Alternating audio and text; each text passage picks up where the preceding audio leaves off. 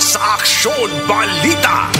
Una sa Aksyon Public Service. Una sa balita, una sa aksyon, Aksyon Radio. Bayong gabi syudad sa Bacolod, Western Visayas, kag Bugos nga Pilipinas. Welcome na sa pagpangalagad sa Aksyon Balita Evening Edition. Karon nga adlaw Webes, Enero 7, 2021. Ako ang inyong tag balita, Aksyon Dave Salazar. Para sa mga headlines, una kita sa mga balita lokal. Syudad sa Bacolod magapain sang inisyal nga 300 million pesos para sa pagbakal sang COVID-19 vaccine. 25 anyos nga lalaki patay matapos gintiro sa banwas ang Calatrava.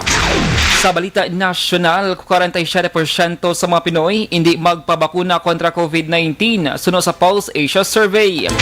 14 ka mga district engineers ang DPWH nga ginaangot sa korupsyon ginkakas sa serbisyo.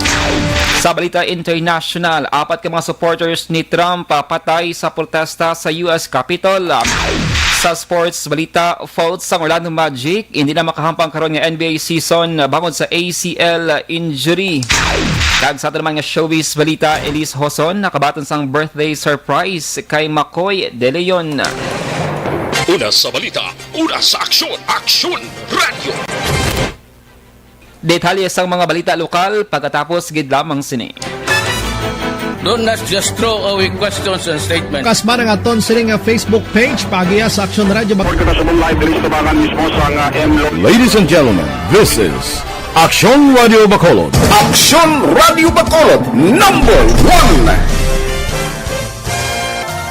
Nagpanguna ang Aksyon Radio Bacolod sa pinakaulihing survey sa Nilsing nga kakuha sa commanding radio station share para sa fourth quarter sa tuig 2020. Kami nagapasalamat sa aton mga kaaksyon sa padayon nga pagsalig kag pagsuporta.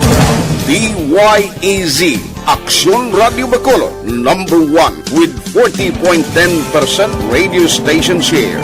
Number 2, Bombo Radio, 38.70%. Number 3, RMN Bacolod, 14.50%. Aksyon Radio Bacolod, number 1. During this crisis, the result of the survey proves that Aksyon Radio Bacolod serves the public best and will continue to give you the best broadcasting activities. Madamo nga salamat mga kaaksyon for making us number 1.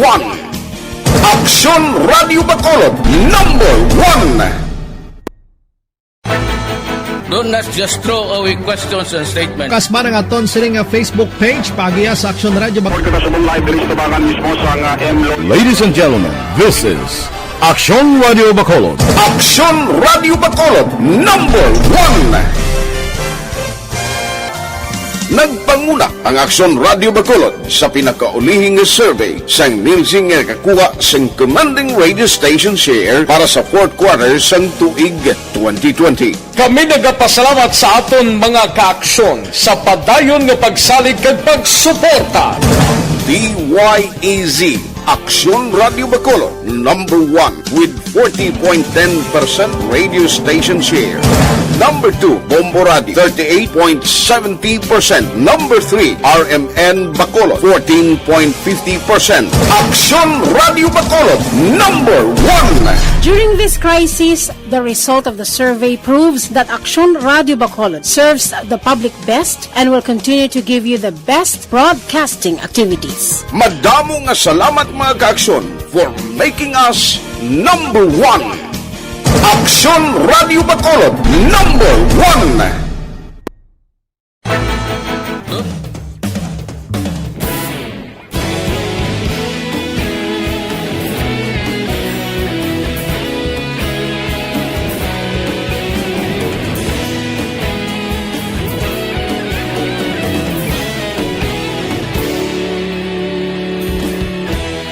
Agapasumbanwa, mabugaw nga hangin nagadapyan na.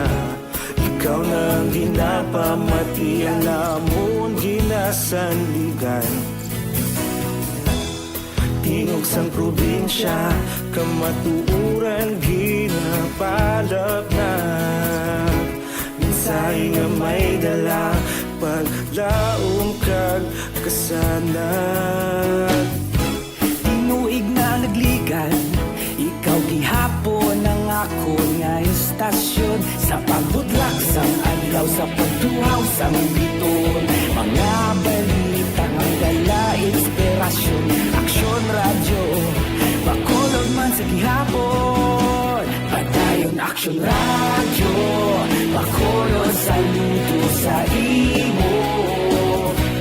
Padayon Aksyon Radyo, salamat sa pagserbisyo. Patas kag balanse, matuod na mensahe, wala sang ginadang pilihan. Padayon Aksyon. Una sa balita, una sa aksyon, Aksyon Radio. Action Radio Philippines, Standard Time lasay sa 8 kagaron sa detalye na sang mga balita lokal. Magapain ng LGU sang syudad sa Bacolod sa inisyal nga 300 million pesos para sa pagbakal sang COVID-19 vaccine. Subong hapon sang inpermahana ni Bacolod Mayor Bing Donald niyang non-disclosure agreement sa tunga sang Bacolod kag AstraZeneca Pharmaceutical. Ang pagperma sang kontrata ang ginsaksihan man sang pila ka mga opisyal kag department heads sang syudad. Una na ang ginatagan sa sangguniang paglungsod si Leonel Diaz ang authority to sign para permahan ang tripartite agreement sa tunga sang DOH, Bacolod kag AstraZeneca. Target sa alkaldeng nga mabakunahan ang tanan nga tawo sang syudad. Ang COVID-19 vaccine sang AstraZeneca nagabalor sang 610 pesos para sa 2 ka doses nga iga-inject sa isa ka tawo. This is just to assure you that Bacolod City is on track. Bacolod City is on time. Bacolod City is in the lead as against what some. Dapat yan si Bacolod Mayor Bing Leonardia. Nagpatigayon na sa aktual nga pag-survey sa mga eskwelahan sa palibot sang syudad sa Bacolod ang mga miyembro sang gintukod nga Vaccination Center Subcommittee agud sa pagdeterminar sang mga lugar nang nga natala na pagagamito na sang syudad sa palaabuton. Ginpahayag ni Vaccination Center Committee Chair Attorney Renesito Novero, base sa ila gindihon nga plano ginatinguan sa karon sa iya komitiba nga mapreparara ang 20 ka mga eskwelahan nga pagagamitan bilang clustered vaccination center. Sunod sa konsehal, mas gamay nga pondo ang kinahanglanon sa iya komitiba para sa mga proyekto kung ikumparar sa preparasyon nga ilang himo sa mga quarantine centers kag isolation facilities. Magluwas na lamang sa refrigeration equipment kag generator set nga kinahanglanon sang syudad para sa pag-preserve sang COVID-19 vaccine. Nagsulitan na kami ni Engineer Ruben and they informed me nga si Dr. Pornan gintagaan po ni assignment ang top sub-team sa among committee na mangita sa specific areas as our vaccination centers. Dapat yan si Bacolod City Councilor Renisito Novero. Sa iban nga balita lokal, ginatuna na sa lokal nga gobyerno sang Don Salvador Benedicto Condias B kung ano ang penalidad sa persona nga nagpakita sang placard nga may binastos nga tinaga samtang nagasakay sa may motorsiklo sa Enero 3 karon nga tuig. Sa interview sa Aksyon Radio, ginpahayag ni Mayor Lawrence Marcelin de la Cruz, banwasang tuboso ang ginapulian nga lugar sa mga persona kag nakig-angot na siya kay Mayor Richard Hawoko agod mabuligan nga makilalan ang ngalan. Sunod sa alkalde, padayon nga gina-promote sa mga opisyal sang banwang maayo nga pang gobyerno kag maayo nga relasyon sa mga pumuluyo. Ginkaruman ni De La Cruz nga hilway ang sinuman nga sa pagbisita sa munisipalidad basta mangin respetado lang ang mga ini. Sunod kay De La Cruz, wala ginatolerar sang banwang malaing nga pamatasan sa mga turista, lokal man o kon dumuluong kag lubos nga ginakondinar ang immoral nga ginhimo sang duha ka rider nagligad nga simana. Isa sa ginatunan sang banwa mo ang plano nga pagdeklarar sa mga ini bilang persona non grata o kung ang pagdumili nga makasulod sa DSB. Na magkuhan ginamitingan, tanan mo ganong mga mayo nga tikang para madap na ini. O hindi na basta-basta lang magpataka lang anay ko na, no. So ako kabati man ko nga ti mga sila ko pasensya kung tinatawon ta kay way pa man. So taga Tuboso, pero subong way pa ko mga ngalan, pero ga-communicate man kami sang mayor sang Tuboso kag ipatawag man sila kag ipapasa sa amon. Dapat yan si DSB Mayor De La Cruz. Samtang nagpatigay na sa coordination meeting ang Department of Public Works and Highways sa DPWH kag lokal nga gobyerno sang ikatatlo nga distrito sang Negros Occidental subong adlaw sa may syudad sang Talisay. Ining may kang tanan man sa flash flood nga problema nga nagluntad sa may syudad sang Victoria sa Talisay silay kag Banwa sang Ibi Magalona. Ini ang gin-sponsor ni 3rd District Congressman Kiko Benitez sa suporta sang gobyerno probensyal pagi kay Governor Bong Lacson. Ang aktibidad ang gin-host sang DPWH Negros sa District 1 Engineering pagi kay Engineer Jaime Havillana. Isa sa mga ginaplano or plano patigayunon sa syudad among dredging operation sa mga kasubaan. Gain pedalom naman ang syudad sa state of calamity. Enero 1, 2021 sang ginbahang Talisay sa diin, mas sobra 4,000 ka mga pamilya ang naapektuhan. Sa katapusan nga balita lokal, patay ang pakaisa sang luthangon sa may sitio Tagda, Barangay Dolis sa Banwasang Calatrava. Ang napatay ginklala kay Mario Aguda Mehinay, 25 anyos, samtang suspect ang ginklala naman kay Jennifer Aguda Bargamento, 24 anyos. Lunsay soltero kag tanan nagapuyo sa muman nga barangay. Sulod kay Police Major Robert Indiaping, hepe sang Calatrava PNP, nag-istorya lang si Mario siya pakaisa sanggin palapitan ni Jennifer kag ginuthang sa likod. Dugang pa sang hepe nga una nga nag-inaway ang suspect sa iyang iloy kag ginsaway lang sang biktima kag dikom sa iya ihibalo nagadumot na ini. Ang suspect ang at large sa siningang matinion kag ginaulat pa sa otoridad kung magpasaka sang kaso ang pamilya sang biktima o kung magpa-areglo.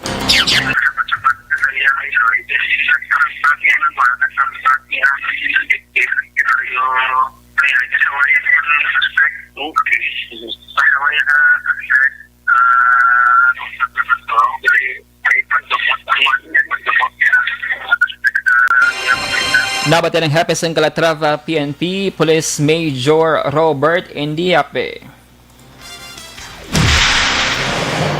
Una sa balita, una sa aksyon, Aksyon Radio!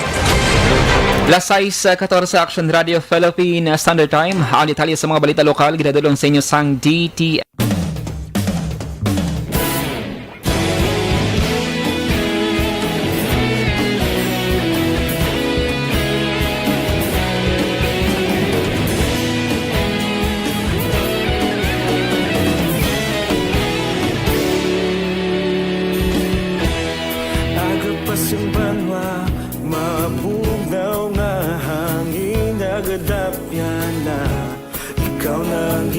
Pamati alamon ginasandigan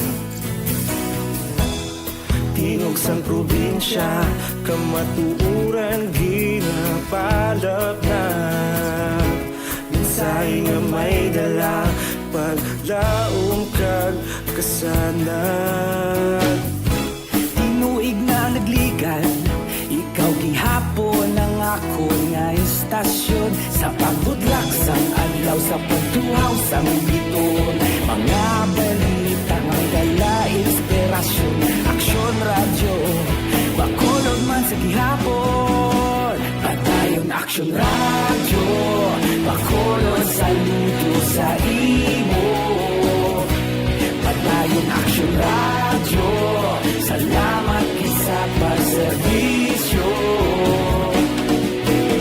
patas kag balanse matuod na mensahe wala sang ginagampingan padayon Aksyon Radio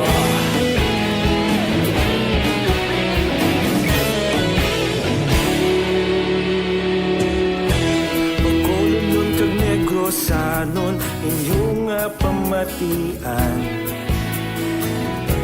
Stasyon nga nagapalaplag sang kamaturan Mabakod nga prinsipyo Reporter handa sa serbisyo Kahapon, karun kag sa gihapon Kita magapadayon Tinuig na nagligan Ikaw gihapon ang ako nga istasyon Sa pagbutlak sang adlaw Sa pagtuhaw sang biton Mga balita nga may dala inspirasyon Aksyon Radio Bakolon man sa gihapon Padayon Padayon Aksyon Radio, Bacolod saludo sa imo. Padayon Aksyon Radio, salamat gid sa pagserbisyo. Patas kag balanse, matuod nga mensahe, wala sa ginadampigan. Padayon Aksyon Radio. Una sa balita, una sa aksyon, sa Bacolod Aksyon Radio.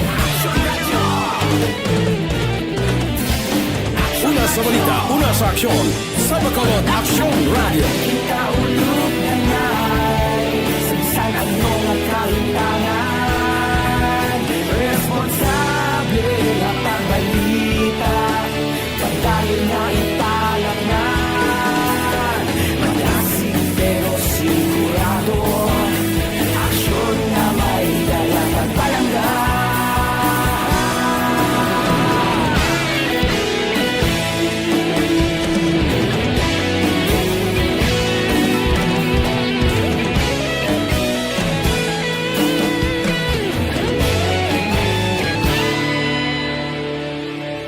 Padayon Aksyon Radio, Bacolod saludo sa imo.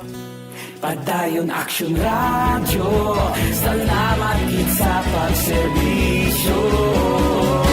Padayon Aksyon Radio, Bacolod saludo sa imo. Padayon Aksyon Radio, salamat gid sa pagserbisyo. Patas kag balanse, matuod nga mensahe, wala sang ginadampigan. Padayon Aksyon Radio.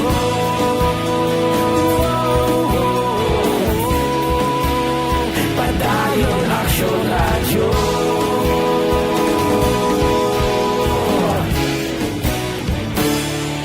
Padayon Aksyon Radio.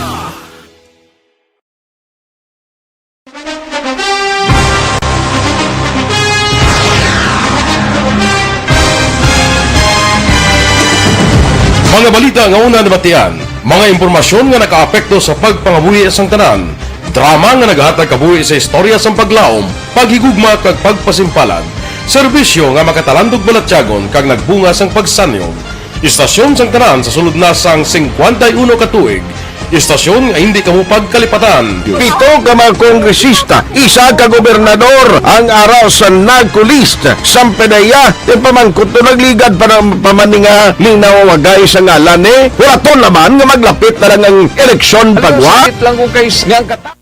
Una sa balita, una sa aksyon.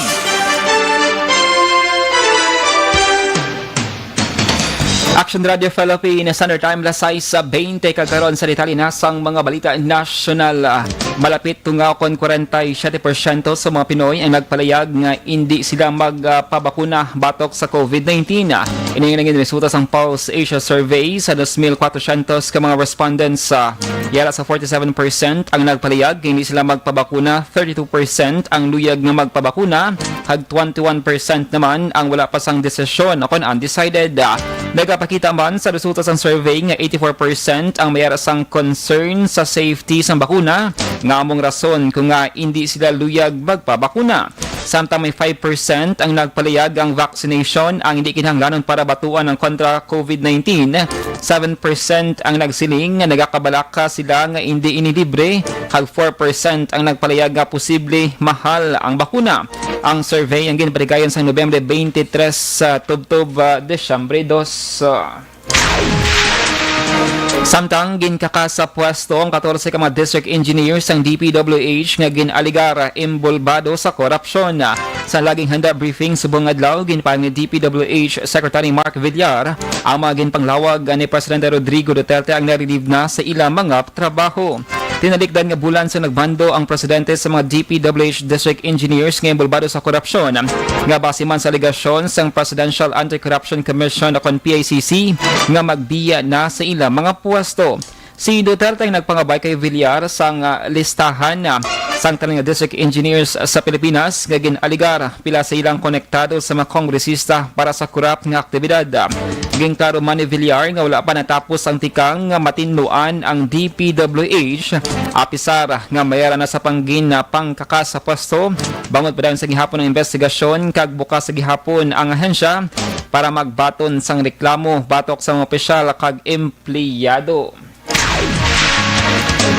Samtang sa iban nga balita national, nakabot na sa General Santos City ang bangkay ni Christine Desera, ang flight attendant. Kinakitaan nga wala na sang kabuhi sa isa ka hotel nagligad nga bagong tuig. Upod sang Iloy nga si Sharon ang lima ka manghimata kag abyan sa pagbiyahe sang bangkay ni Desera sa Jensen subong adlaw Webes. Suno kay Marichi Ramos, abyan sang pamilya Desera, ginasikaso na sang pamilya ang mga dokumento kay ban pang ebidensyang usaron sa padayon nga investigasyon sa kapulisan sa pagkapatay sang flight attendant.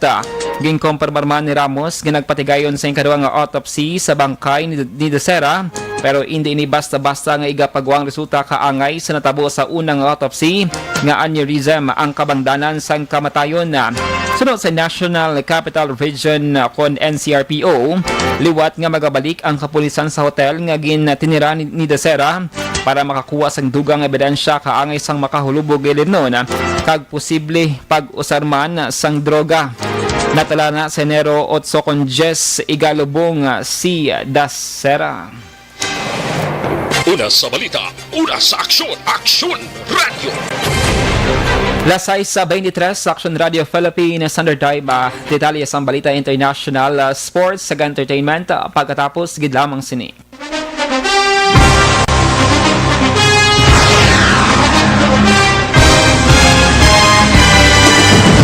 Mga balita nga una nabatian, mga impormasyon nga nakaapekto sa pagpangabuhi sang tanan, drama nga naghatag kabuhi sa istorya sang paglaom, paghigugma kag pagpasimpalan, serbisyo nga makatalandog balatyagon kag nagbunga sang pagsanyog, istasyon sang tanan sa sulod na sang 51 ka tuig, istasyon nga hindi kamupag kalipatan. Pito ka mga kongresista, isa ka gobernador ang araw sa nagkulist sang pedaya yung pamangkot to nagligad para pamaninga linawagay sa ngalan wala to naman nga maglapit na lang ang eleksyon pagwa. Sakit lang kung kayo nga katapos ang media nga mag-report lang sa senaryo kabisan mahatagan kamo tsansa nga makapalayag sang inyo hibubunot batok sa pulis. Jaya kontra wala niya tsansa mo, nagpasarhag na ang kamera, wala ang ila counterpart sa Senado, nagpabungol-bungol. Kamuda daw pinagusto lang sa kamera, insulto sa Senado. Una sa balita, una sa aksyon, Sabado, Aksyon Radio. Today, DOA is confirming that a 38-year-old female Chinese patient under investigation, or PUI, is positive for the novel coronavirus 2019-nCoV. I issued an order to Executive Secretary Mijal Dia clearly laying down the responsibilities of each department in implementing the Bayanihan to Heal as One Act. Makabig nga pinakadako nga hangkat nga natubang sang pungsod Pilipinas ang COVID-19 pandemic. Tanan nga sektor ang apektado. Tanan nga kinahanglan sang pagtamod kag nagakaigo nga pagserbisyo. Bisan pa ang industriya sang pagwaragwag nagapangatubang sang kaangay nga pagpanghangkat. Apang Aksyon Radio Bacolod wala nagbiya sa pagpangalagad sa kahanginan sa pihak sang kabudlayan, peligro kag risgo nga dulot sang pandemya.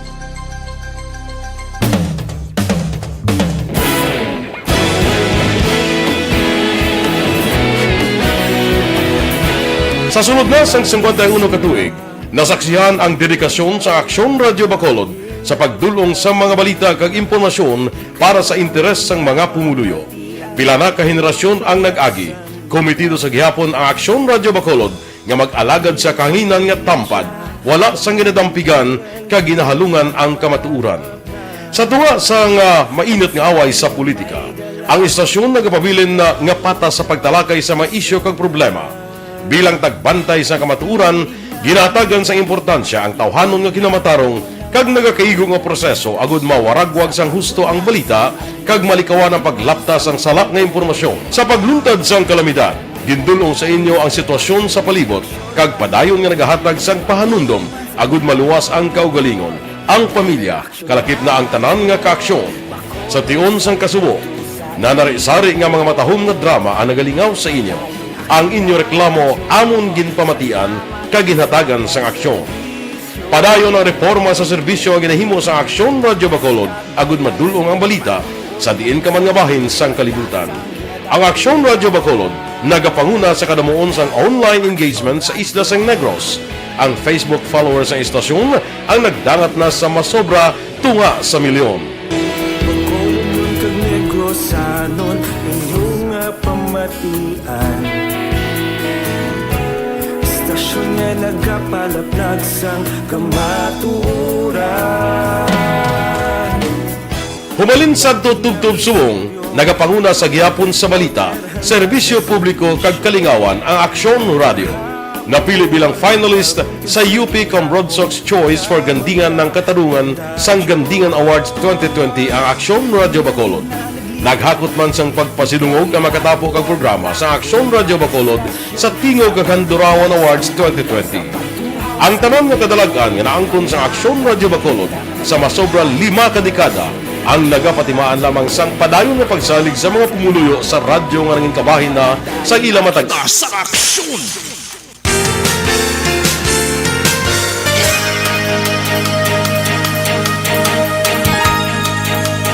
Lasay sa 28 sa Aksyon Radio Philippine Standard Time kagkaroon sa detalye sang Balita International. Patay ang 4 ka mga persona matapos ang natabong protesta kung pagsulod sa mga supporters ni US President Donald Trump sa US Capitol. Sunod kay Washington DC Police Chief Robert Conti, lakip sa napatayang sa kababae nga natiruhan sa US Capitol Police kag 3 ka iban pa bangod sa medical emergencies. Gidatos ka mga Trump supporters ang nagsulod sa Capitol building sa tuyo nga ma-overturn ang pagkaperde ni Trump. Ang iba na nagsaka pa sa pader kag naglabay pagi sa ginbuka nga bintana. Ang mga nagprotesta ang nagpabutsyag ila lamang ginapabutsyag ang ila freedom of expression. Iban sa ila wala na nagasuksok sang face mask kag face shield. Ini ang nagresulta sa pagpostpone sang Kongreso sa ila sesyon nga maga-certify kuntani sa kadalagan ni Democratic President-elect Joe Biden nagligad nga November 3 nga eleksyon. Pero sa sining nga mga tinion, nangin madinalagon ang US Congress sa pag-certify kag pag-finalize sa victory nanday Biden kag iya sini nga upod nga si Vice President-elect Kamala Harris.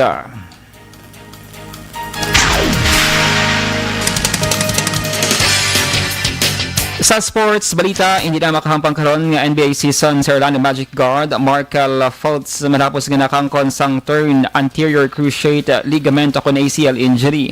Natabong insidente sa unang quarter sa hampang sa tunga sang Cleveland Cavaliers kag Magic sang Merkules nga adlaw. Si Fultz ay nagpadalam sa MRI para may baluan ang naangkon nga injury. Si Fultz sa karon nag-average ang 14.3 points, 6.1 assists kag 3.6 rebounds. Kag sa ato naman nga showbiz balita na sorpresa nga actress kasi Elise Hoson sa ginhimo sa aktor nga si McCoy De Leon matapos nga nangin espesyal ang iya kadlawan na. Si Hoson o Elise ang nagsaulog siya ka-25 nga kadlawan ang nagpost sa Instagram sang birthday video nga ginhimo ni McCoy para sa iya. Makita sa video nga si McCoy ang nagakanta nga ginalakipan man sang birthday greetings gikan sa mga abyan ni Elise nga sa Alexa Ilacad, DJ Chacha kag Michelle Vito. Nangin emosyonal ang aktres samtang ginalantaw ang mensahe sang aktor para sa iya. Sulong kay Elise, hindi niya kuntani pag-post ang mga video sa Instagram pero ini ang isa ka meaningful gift nga iya nabato na. Ang love team nga Maclis ang nag-umpisa sa reality show nga PBB sang 2016. Una sa balita, una sa aksyon. Lasay sa 31 Aksyon Radio Philippine Standard Time, hinyo na batian ang kabugusan ng mga balita sa Aksyon Balita Evening Edition. Karon nga adlaw Webes, Enero 7, 2021. Salawat ako ang inyong tag balita Aksyon Dale Salazar.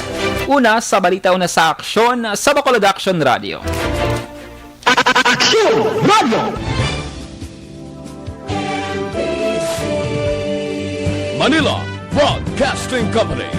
Sa balita, komentaryo, isyu, serbisyo publiko. Aksyon Radio! Sa Bacolod, Aksyon Radio! Aksyon Radio!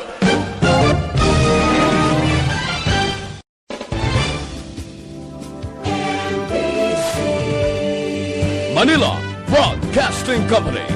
Sa balita, komentaryo, isyu, serbisyo publiko. Sa Bacolod, Aksyon!